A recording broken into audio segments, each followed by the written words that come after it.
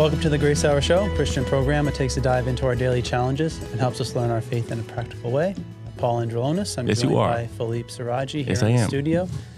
And Jehu. And Jehu's also here. We should have a camera on Jehu. He's going to be part of this at some point. At some point, I think just get the microphone ready. We need to keep him in check. No, actually, he does whatever he wants behind over there. Sebastian's got to get the mic ready. Yeah, Jehu's never going to get the mic ready if he's got to speak. Let's get him in. But yeah, I think he could weigh in and say some interesting stuff. He does. I'm sure he doesn't want to do it. It's good to have that. Whatever, it's fine. We're not in a bubble. We got outside. I think I'm going to work on that. I'm going to lobby for this. You're going to what? I'm going to lobby for him being on the show with us. You are? Oh, yeah. Okay. That'd be fun. I like it. Change it up a little bit. Yeah. I think, why not? Yeah, he needs to be ready for this. It's happening. It's happening. We've got a lot of stuff going on in our world. Yeah. Got a lot of stuff happening. And he could contribute. He can contribute. He just did. That's his contribution. That's his contribution. That's his contribution. I mean, anyway, I appreciate it. It was nice. Great. It was apropos. The timing. It's pretty good. It's pretty good. So what are we talking about? We've got a lot going on in our world today. This week, the discussion is about political aspect of our lives, especially given the season that we're in the United States with the election coming up in November, and all the different things that have been happening, not just now, but over the last several years in the landscape of the United States and in the world really, of viewpoints, political viewpoints, political stances, and the impact it's having in our world, in our relationships with people, in our conversations that we're having. And our discussion today will be centered around how do our Christian ethics relate or impact our political views, or how do those two things interact with one another, and how do we navigate the Christian ethics that we are learning and God is teaching us, and then also the political world that we exist in as well, in making decisions and voting and all the different things that go into the political realm in the world that we live in. So what are your thoughts to get us started? Maybe to give some context and some definition, maybe we could say, okay, so we know in John 17 that Jesus said that we're in the world, but we're not of the world, right? So that needs to be understood. And then we also are the light in the world, the salt of the earth. We're an ambassador for Christ. All these terminology seems to indicate that we can't just live on this realm below, right? Yes. We have to have some thoughts that come from God, as we see in Isaiah 55, 8-11. God's thoughts are not our thoughts. So does God have something to say about the world we're in today? And does God care about the world we're in today? So that's one aspect of the context. The other one is, I think, which is the most important for me, is in what do I hope? Right? Do I hope in politics? Like you and I live in the States, and so does Jehu, just to mention him one more time. Just in case. And do we trust in Washington? If you live in Paris, in France, do you trust in Paris? If you live anywhere in the world, do you trust in your capital city politicians to make a difference? Or do we put ultimately our trust in God? And that is very interesting because some cultures, more than others, really have an integrated view of their faith in politics. And I think it's the case in the States, where people really seem to indicate in their mind that this used to be a Christian country. It's not a Christian country per se anymore. And I think people have a hard time accepting that and a hard time understanding what it means. And I think today, hopefully, we're going to help. And I'm not saying that we shouldn't pray that a country will become a Christian country again. That's fine. Yeah. But if I ask God and He doesn't give it to me, am I going to work into politics to make it happen regardless? Right? So that's the point. That's the tension we're discussing. And the other point, it's maybe for those of you who don't understand what ethics is another word for, if you want to be loose about it, for moral standards. Like as Christians, we have convictions about maybe things that we see in the Bible that we would like to see in the world. And when you look at the Bible and then look at the society today, and especially in the last 5-10 years in the United States, you see a lot of departing from the gospel. And what I think could be helpful is realizing the departing of the gospel is an indication of where the culture is. So if we want so to start the conversation like right away, I would say there's two ways we can address the issue and look at the issue ourselves. We're going to fix this by changing politics, or we're going to fix this by asking God to bring a revival in our country. One is God will do the work. The other one, we're going to trust in ourselves to get the work done. So we're going to vote for the right candidate. We're going to vote for, and there's nothing wrong with that if we understand it in the proper limit of what they can do and what my hope should be. So you and I were discussing this earlier, and I say I'll just give you an example, and I'll stop there, and then we can start the conversation. But there's two ways. One example for me is alcohol is a big problem in many Western world, and actually in many places in the world. Like in the States in the late 20s and 30s, because alcohol was such a problem, then we had years of what you call in your history prohibition. So that's one way to regulate the issues with alcoholism. And the other one, it's more complex than that. I get it, but I'm just trying to make a point. Yeah. And on the other hand, you have revivals in places where alcohol is also a problem, in Scotland and other areas. And when you see the result in the outcome is there was no regulations and rules and political changes in Scotland, but there was a revival and the bars just closed down. And alcohol didn't become a problem anymore because the alcohol is a byproduct of the absence of Christ in society. And versus in the United States where prohibitions came, then it created actually an underground market for that created the new mob. And now you have mobsters and trying to and killings, and then that's where Al Capone, the famous gangster, became famous around the same time. Yeah. So you see the point that we're making is every time we try to enforce value on people who don't have Christ, it doesn't stick. When people are transformed, and then the value stays because it's from within. And it's exactly what we believe as Christians. You and I are in the church where we believe the finished work, and we believe that God does the work in our lives, right? Philippians 1:6, he starts the works, he finishes it.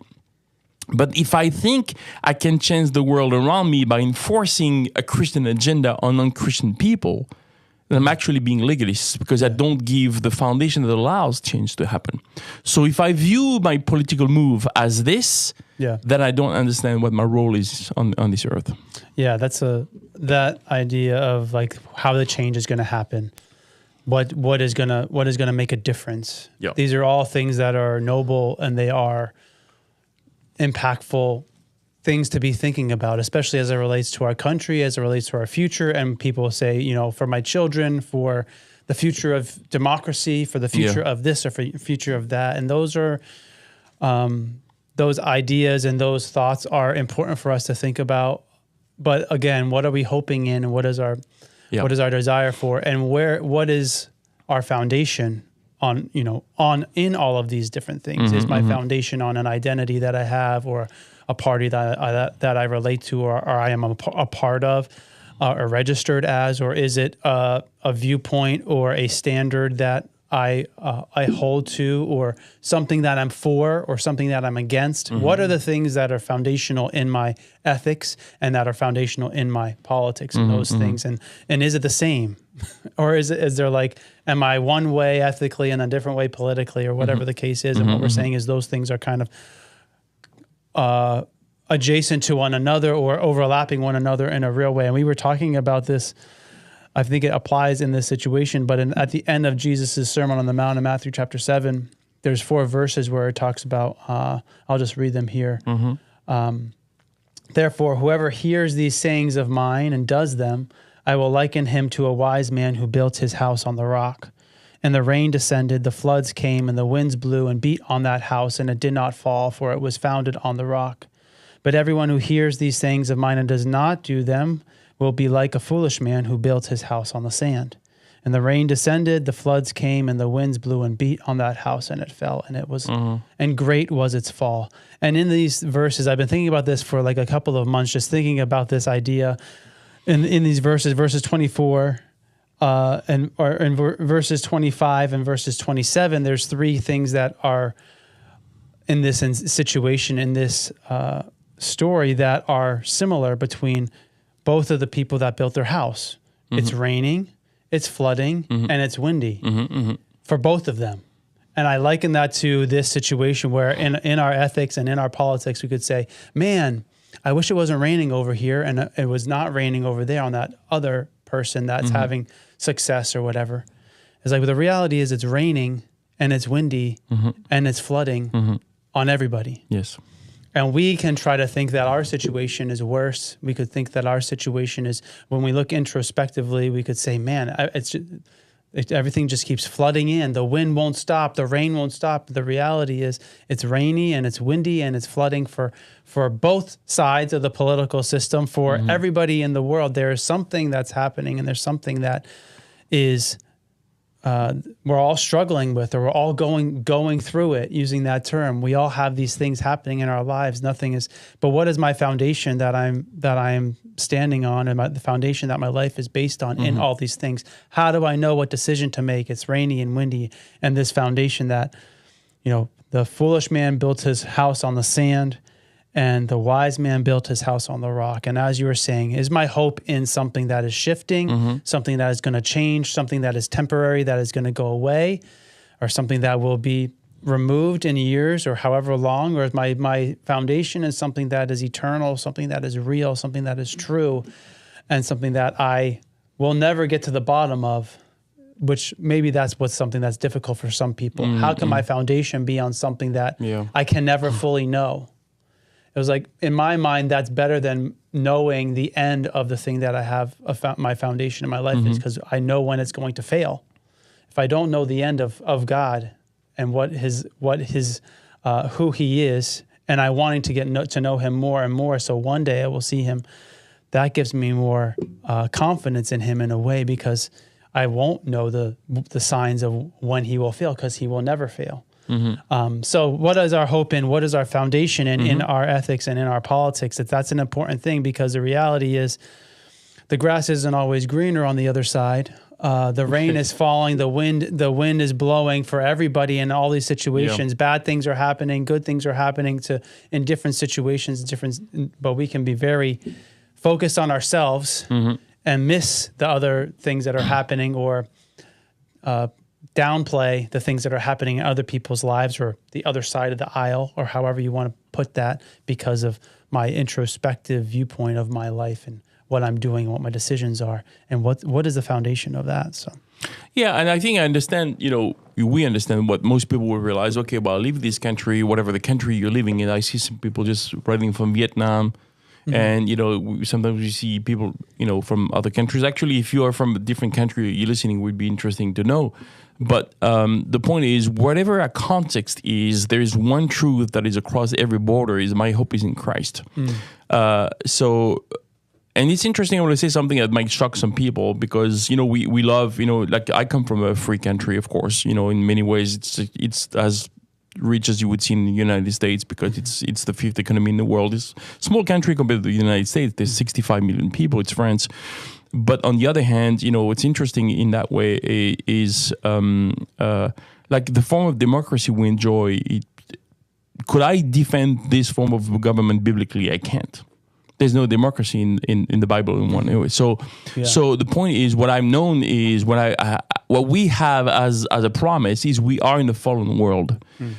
So any freedom or any advantage that I am enjoying, that we are enjoying this country, the United States is a great place to live in many, many ways. There's a lot of freedom and individual rights and all these things we're enjoying, but none of those things are defensible biblically per se.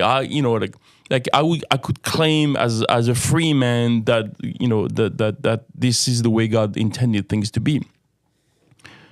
I don't see that. There's nothing said about democracy in the Bible. People say, well, democracy did not exist at the time. It did, because all the major Greek cities were democracies, like Athens and Sparta and all these places. And I'm not trying to make a point, besides the fact that we have to understand that our circumstances are different. You can be in North Korea, you can be in the United States, and you can still have hope in Jesus Christ. And though we can influence our society by voting, which I think is a good thing. I'd rather be in a moral environment, so I'm not tempted by all kinds of things that make me fall.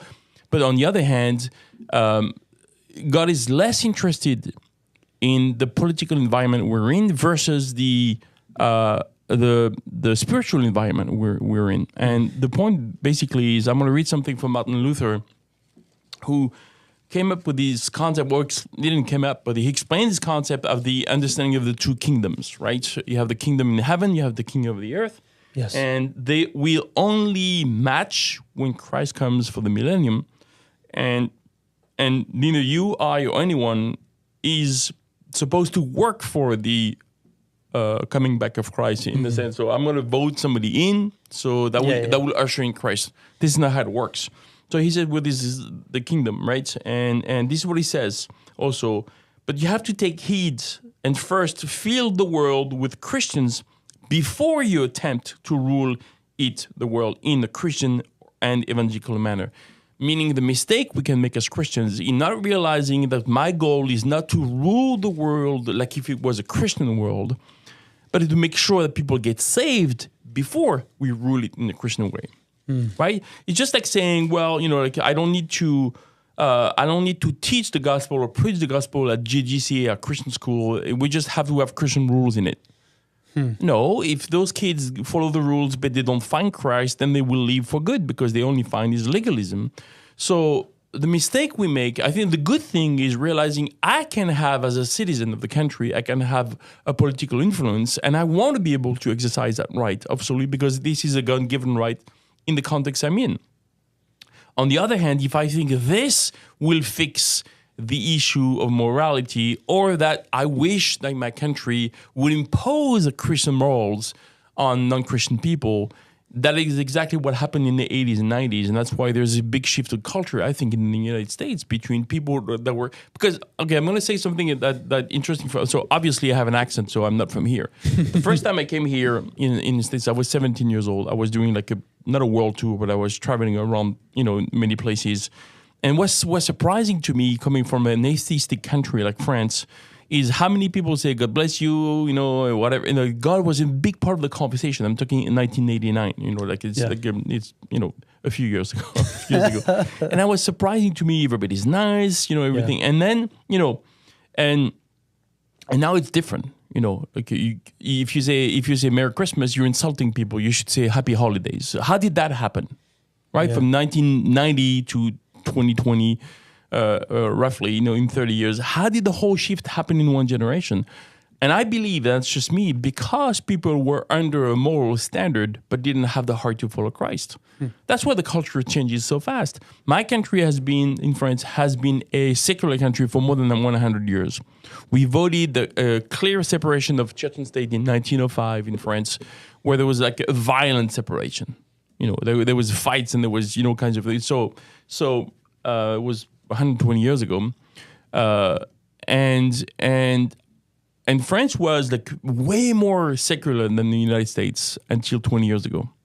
And now France, if you look at the French newspaper, they look at the United States, what is wrong with those guys? They're way further, it went too fast. And for me, it's a clear indication that there's no Christian foundation. There was a moral foundation that actually failed, because if you and I follow Christ's principle without being Christians, at some point this is not going to work for us. So if we think that the solution to fix the issues in a country like here or other places where we used to be a Christian country is to reinforce Christian principles, we're going to go back to 30, 40 years ago, and we're going to have the same problems down the road. The only things that will fix hearts is Jesus. And if I understand that, as a foundation, then I can be involved in politics and I can vote. I can hope for a better world. If I have children, I really want to be able to see my children live in an environment where they don't have to be questions all the time. If I have to put them in public school, I don't have to hear stupid things that I hear sometimes. That is completely understandable. But if this is my hope, then I think I'm missing the mark. Make sense? Yeah. Okay. It does. It does make sense. And I was just going to read 2 Corinthians chapter 4. As you should. It says in verse 15, for all things are for your sakes, that grace having spread through the many may cause thanksgiving to abound to the glory of God. Therefore we do not lose heart, even though our outward man is perishing, yet the inward man is being renewed day by day. our light affliction, which is but for a moment, is working for us a far more exceeding and eternal weight of glory.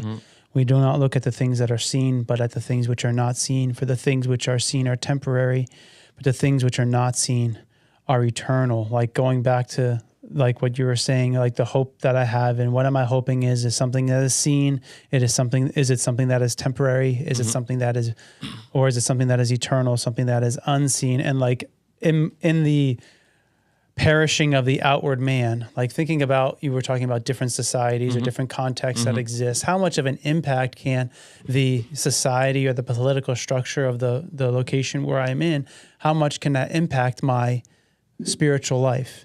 And I think it can impact it fairly significantly depending on what the constraints are, what the situation is. You know, we have the communist examples. We have the Pilgrims and those Puritans who had to leave in order to have their religious freedom, which is the foundation of our country and in general, them leaving for religious reasons and coming here to be able to worship God freely. So I think that for us to think that the politics don't impact the faith of people and the in those environments, in those contexts is not, they are, it is impactful, but it shouldn't be impactful in that I am forsaking my faith in order to appease the political structure or the thing that I am. If my faith is in something that is eternal, if my faith is in something that I believe that is true, then the suffering that I encounter cannot be compared to the glory, as I just read in 2 Corinthians. And we in the United States can be very familiar or take for granted the freedoms that we have in our political system and also religiously, in that there are people that are in other countries around the world where just having a church and talking about God and telling people about Christ is punishable offense for going to jail or even some cases executed. Yes. And we are over here saying, we need to have remove these religious things from, or we're like acting this like utopian idea where if only this was happening and only that was happening. But if those things are temporary and they could perish away, whatever solutions I determine or develop, or if it's a political solution or some other social solution that I develop without God, then it's not going to have the impact that I think it's going to. And we've seen those things come and go in the different times of history that we've lived in, where people have had ideas and ways that they could solve something, and with God or without God, those things tend to fizzle out. They tend to be maybe a Band-Aid on something that needs more healing, with a transformation or a transplant type of situation where from the outside in, changing my behavior, as you were saying about a moral behavior change as far as the Christian faith or a religious adjustment of behavior, is not going to change the hearts of people and keep them ethically in a positive place. But changing the heart of somebody is going to have an impact on the outside of them. Absolutely. And how they impact from their heart outward, not the other way. And that's something that I think is important for us to think about, because there is this idea that maybe if I wasn't in this environment that I was raised in, that I grew up in, then I wouldn't be the way that I am. It's not my fault that I steal. It's not my fault that I deal drugs. It's not my fault and in some ways there are those situations where you're in an environment and it's difficult to see any way out, to see anything out. And that's the problem in some cases where we look to something that is temporary to solve an eternal problem, where if only we had more money, it would be better. If only this or that, we could kids could be out of those bad situations and live a better life. Whatever that looks like, based on whatever criteria we determine. But those things are not going to solve the problem of the eternity that's in our hearts that needs to be filled by God. Absolutely. And I think when we realize that, when we look at those different situations where, yes, somebody is in a bad situation, but there are people who have made it out of those situations and have had success in their life and have had their lives transformed. In a lot of cases, it's not based on somebody swooping in and giving them $1 million so they can go live somewhere else. In a lot of cases, it's because their heart's been changed by something deeper, something greater. I've seen it a lot of times with the work that I've done here in Baltimore with basketball. I referee basketball here in Baltimore City, and I see these kids that are here that are playing basketball, they're playing sports. It's a way for them to get out of a bad situation. Baltimore City is known for it to be crime and for drug abuse and for different negative connotations that exist. The Wire, the HBO series The Wire did not help us in that connotation, but that's the reality of the world and the city that we live in. There's a lot of people that are hurting, people that are struggling, and these kids, they play sports, basketball, football, whatever. I know from experience with basketball where these kids, they see an opportunity for them to get out. They see an opportunity for them to leave, not only for them to get out, for them to help their family. And they play sports and they do really well and they practice and they train and they do all these things and they go to a private school. Maybe they get a scholarship to a private school or they get a scholarship to a college, and they're using this as their golden ticket to get out. And in a lot of cases, some of those kids, the pressure that they place on themselves to get out and have this be their ticket causes them to have issues with the environments that they're in, with their coaches, with their teammates, with their life. And then they go and they play, maybe at a college or play somewhere else. But a lot of cases, they end up right back where they were because they were looking for something temporary to solve an eternal problem in their heart.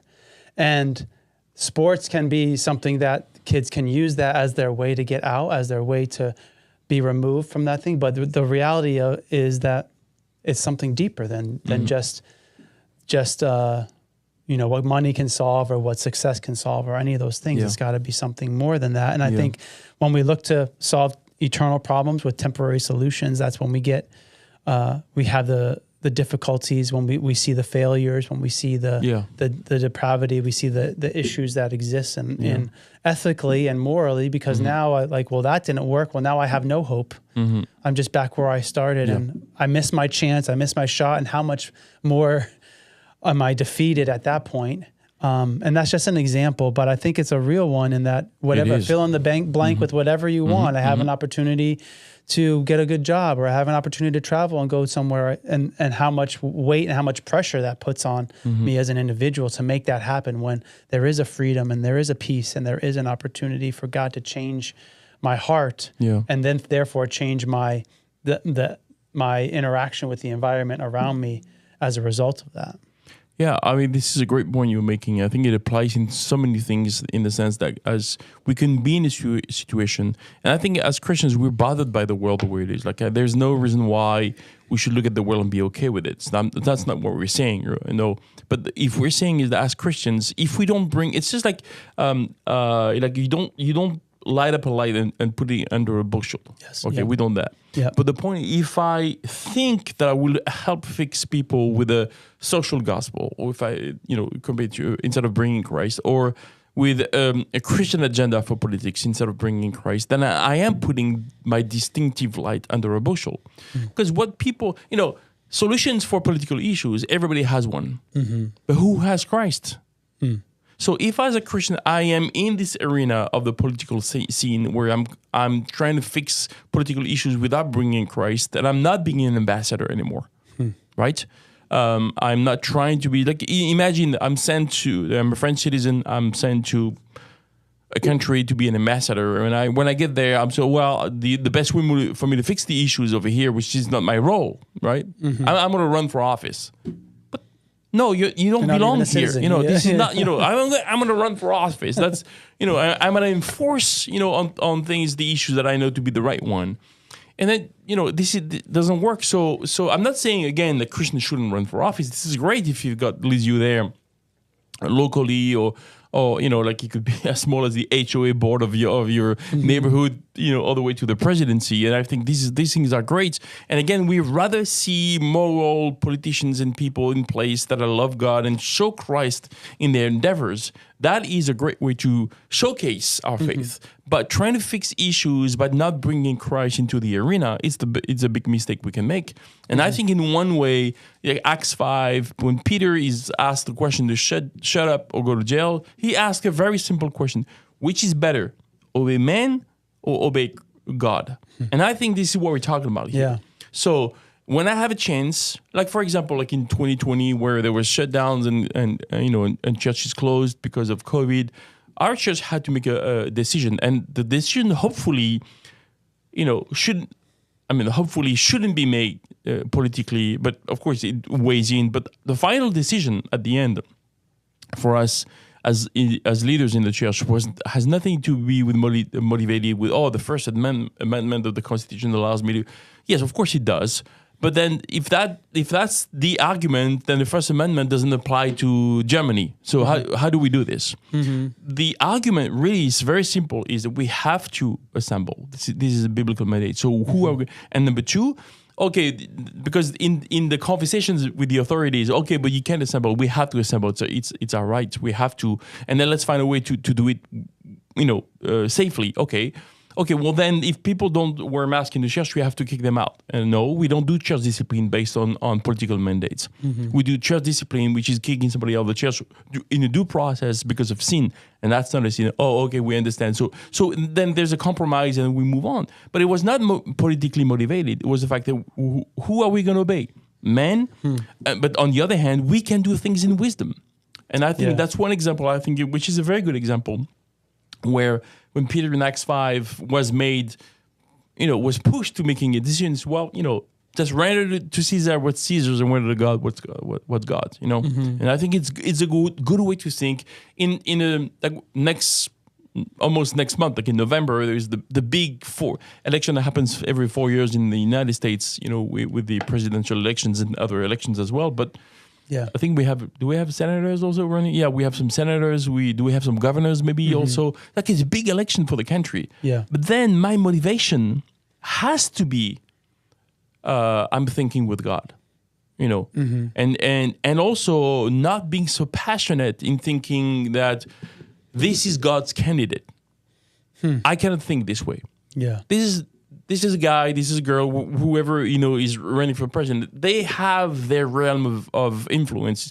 And if they have a walk with God, they may make a difference. But at the end of the day, the only thing that will fix our problems is massive conversions, massive, revival. And that's how God will make a difference.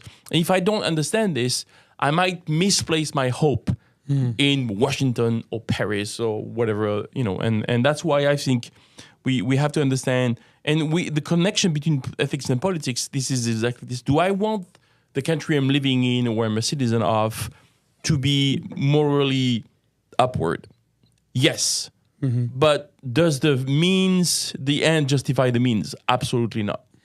I have to be able to live my Christian life. And actually, we've been promised trials, we've been promised oppositions, we've been promised, temptations in this world. So I have to have that, in my mind as well. On the other hand, when I hear people say, well, how our policies are hurting people and families, that we have to care about. That we have to care about, of course, Yeah, and that's recognizing those different things, recognizing what your foundation is, recognizing the who your hope is in, obviously will help you to shape, like you were saying, kind of like everything that we're doing, we're framing it and we're viewing it through the lens of what God has said and what we know about God. If I don't know a lot about God, then what I see in politics is not going to be, there's not going to be a lens for me to look through if I don't have God in my life, if I don't have the truth of who he is. And maybe one thing that'd be interesting to, kind of chat about is just like all the noise that exists around politics, especially currently as we're leading up to, how do we handle the noise? How do we handle the conversation? How do we handle the things that we're hearing and the things that are in our face, the things that we aren't looking for maybe, and they're just happening? And especially in the day and age that we live in with technology and the algorithms and confirmation bias and all these different things that, you want to watch another video about this and another video about that.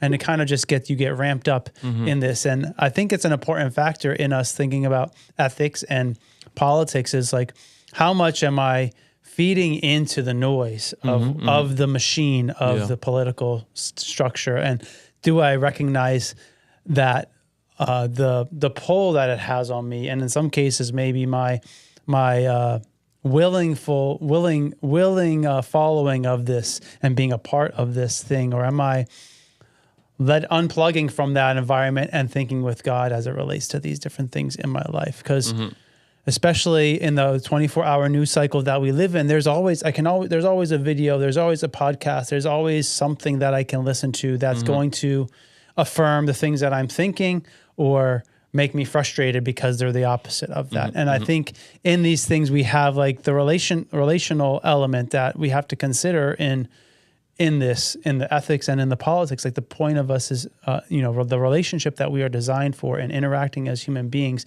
and the reality that relationship is what transforms the lives of people, not dictatorship or not telling people what to do. And we've said that already as it relates to Christianity, but in the same way, politically, if I'm unwilling to have a conversation and to disagree and to be able to discuss or talk about the ways that we disagree and why I believe the way that I am, then how do we have any hope of having any type of unity or having any type of interaction with one another when it's just division and throwing barbs back and forth at one another? And we have on our street, right, when we come out of our street, there's two houses there, and one of them is clearly on one side and one of them is clearly on the other side. And they all have their flags and they all have it got so, I'm wondering what it's going to be like over the next month, because it gets to the point where they start like putting signs up to one another about how dumb they are to be Billy. And I'm like, this is like a perfect example of like the opposite of what we were designed for. The opposite of what God wants for us is like not to push each other away from each other, but to be drawn closer to Christ, and in being drawn closer to him, closer to one another. But that requires us being able to have a conversation and be able to close my mouth and listen and actually listen and not just wait to speak what I want to say. In all of these different conversations, and I'm not necessarily a political person and have these types of conversations all the time, because like we were saying, this is like something that is temporary, something that is, whoever gets elected president, they're only good. It's not a solution that's going to be an eternal solution, no matter who it is. And the laws and the changes that happen. And I'm not downplaying like the reality of some of the things that are happening and the importance of this, but in the grand scheme of things, in the history of the universe. So I think it's important for us to be able to disagree, to be able to have conversations where we can talk about why we believe what we believe. And that gives us the opportunity to bring Christ into the conversation. But if there is no conversation, then there's no opportunity for Christ to come into it. Absolutely. Right? There's no way for me to talk about Christ if I'm not talking to anybody.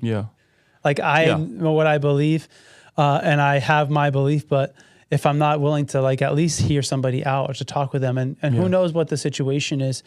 And we don't even get to that point where we can hear the conversation on both sides. And it's just difficult to watch and difficult to like hear those types of conversations and to see them happening, especially on the scale that they are in the world that we live in. This is on Facebook and YouTube and all that stuff. And the debates and the comments that go back and forth on those forums is just like, it hurts me. And when I see those different things, of course.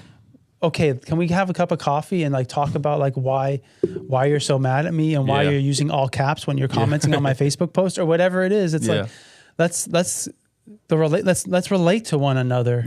And let's connect with one another, and that's the way that we can have to, like I said, bring Christ into the conversations that we're having. And maybe maybe bringing Christ in is just going to make it worse, but that's if that's a big part of my life, then that's going to be part of the conversation, Yeah, absolutely.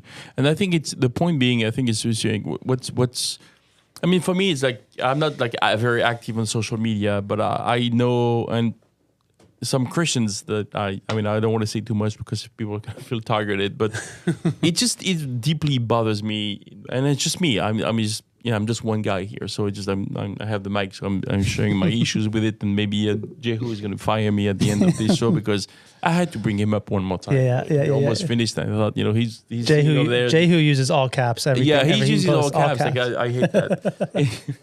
Anyway, so and I think some of the people that I know on social media, they share their political views way more than they share anything about Christ. What it says to me, this matters more to you than anything else. And I think one point, and if you, I know not you, but you are ministering with young people. But if you guys out there minister to young people, you have to understand something very important here.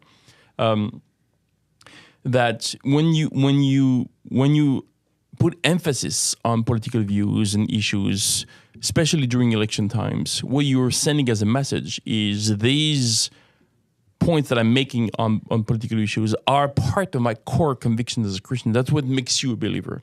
So, like the blood of Christ, the Trinity, the inspiration of scriptures, and you have to be of such political party. If you're not in this line, like my political line is as important to me as my theological line. And that is a huge mistake because younger people have to process the way they see the world with their faith, and it takes time. If you would ask me what I believed when I was 18 versus what I'm believing now, there would be, I look back at my convictions at the time thinking, oh my God, at least that was super immature. And so today they are looking at issues, and you have to understand something about the context. The generation of the maybe 25 and younger, maybe almost 30 and younger, they have to face a world in this country, United States, that none of the generations before had to before. Because now imagine all the things that changed the last 10 years, right? The way we see love and marriage, the family, and the way we see the Christian agenda. Like, as I was joking about, you can't see Merry Christmas, you're offending people, have to see your Happy Holidays, and all these things. So now, for the first time in generations, young Americans are living as Christians in a world that is hostile to their convictions. So if you draw the line politically, you're excluding them because they haven't processed everything yet. So where we should need to draw the line is with Bible verses and Bible truth, but not with political issues. And I think sometimes, like for example, what I did when I talk to young people, I said, I'm going to tell you something very interesting for me. Everything I believe in the way I see the world today, and they going away from the gospel, I believe my convictions on abortions, gay marriage, all these things are there because I'm a Christian. If I was not a Christian, I can bet you everything I have, I would be on the because I wanted to be a good person, because that would be the only thing I can look forward to. So that means that what I believe is forged in my convictions of the Bible is true. So we have to be careful with that. And I see we're running out of time, but I think it's a warning. You have to be careful not mixing up our political convictions with our theological convictions. Otherwise, we might send them the wrong message. Well, because like in that, having those things coincide with one another, then the opposing view of whatever that political viewpoint that I have, I start to demonize. Yes. Like, okay, they're theologically off and they're not of God because they are part of this party or part of this thing.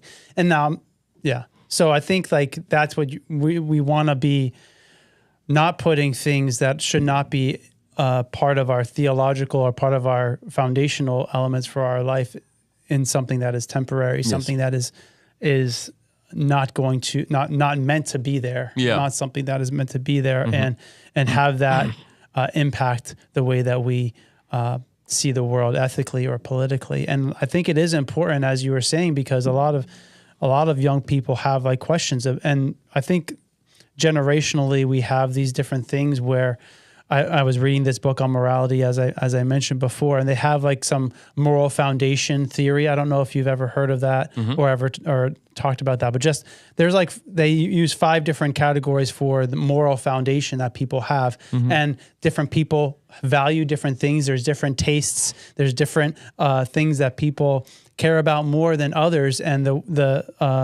so I'll just go through them real quick before we wrap up here, but the one is care versus harm, fairness versus cheating, loyalty and betrayal, authority and subversion, and sanctity and degradation. So like some people are more caring about the individual, caring about the difficulties that somebody is in, and some other people are more concerned with obeying authority and honoring authority or subverting authority in whatever case it is. So these 5 foundational elements are something that we need to think about in the way that we're interacting with one another too. And having that, viewing that through the lens of Scripture, like there are aspects of the political structure that, go against and things that are happening that are going against what God has said and what is true of the Bible. And if I'm standing on that foundation, then I can recognize those things and call them out and be able to have a conversation and discussion with somebody about it. Because if I know the truth sets me free. I may not have to say something. I may not have to, dictate to somebody and force the truth on them. The gospel is controversial enough, and it can change the hearts and minds of people in and of itself without me being the one that is, hammering it into somebody's brain, somebody's mind. So yeah, absolutely. And I think we have to understand that is one thing that I do see in the class that I teach ethics. I don't need to add seasoning to the gospel in the sense that it is the salt already. Yeah. And the thing is, and the point being, is that the gospel is, you said, controversial. I would say, for me, I use the word offensive enough. Offensive. Okay. It is offensive enough. I don't have to add the attitude towards it. It's already offensive nowadays. So why would I be more offensive? Than the gospel, because I think the gospel is offensive enough in the sense it is a good way offensive. It has to rub us the wrong way for us to be able to shaken, from our fallen state. So, amen to that. All right. Well, thanks for joining us today. Make sure you subscribe to the Grace Hour Show on Apple Podcasts, Spotify, YouTube, Facebook, all the different places. Be sure to check out the rest of our episodes this week. Have a good one. Amen.